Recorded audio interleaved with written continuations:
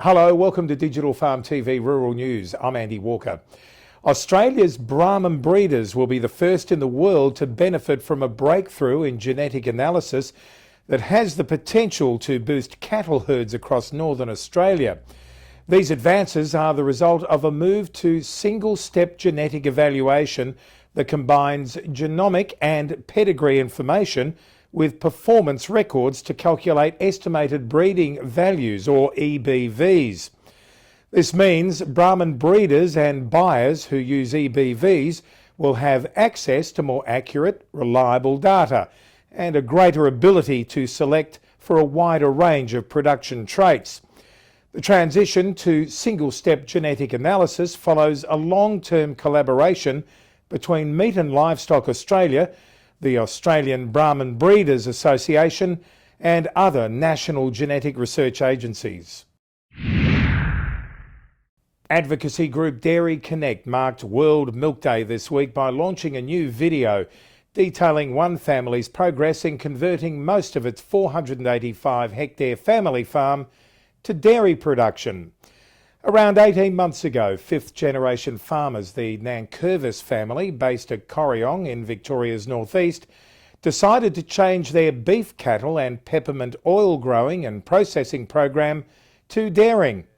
A total of 365 hectares of the 485-hectare Nankervis farm has been converted to full-on dairying, with the first milk from around 400 cows produced in March last year. You can watch their family video on this home screen now.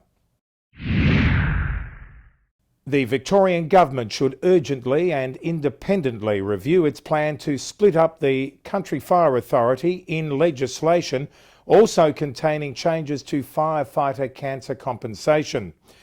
The government has come under fire for linking the proposed CFA split with a bill aimed at preserving firefighters' cancer compensation rights in one piece of legislation, according to the Victorian Farmers Federation this week. The VFF called on the government to treat the two issues separately. This would allow the cancer compensation legislation to potentially pass through both houses with bipartisan support. The proposed CFA split could then be considered in its own right with greater transparency. A total of 292 lines of pigeon peas have been genetically resequenced to help boost food security in emerging economies by scientists from the International Crops Research Institute, the University of WA, and 7 other research institutions globally. The research published this week in Nature Genetics is considered the biggest breakthrough in pigeon pea research since the decoding of its DNA sequence in 2011. Pigeon pea is ranked as the 6th most important crop in the world and is grown on more than 5 million hectares, primarily by smallholder farms in Asia and Africa, according to The Countryman. It is a major source of protein, fibre, minerals, vitamins and resistant starch in the developing world. West Australian Premier Mark McGowan this week dropped a lawsuit against Perth potato grower Tony Galati, saying it would be unusual and bizarre to prosecute someone for growing spuds. McGowan confirmed he would not pursue legal action against Galati for allegedly breaching a commercial agreement with industry regulator, the Potato Marketing Corporation. Before industry deregulation last year, the PMC launched legal action against Mr Galati and alleged he deliberately planted more than his designated quota under the state's then Potato Marketing Act.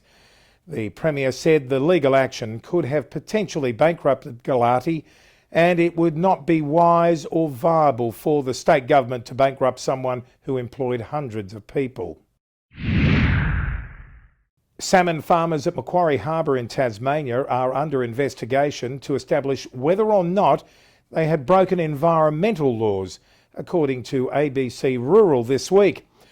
Macquarie Harbour has been the site of massive expansion in recent years by Australia's largest salmon companies, Tassal, Huon Aquaculture and Petuna.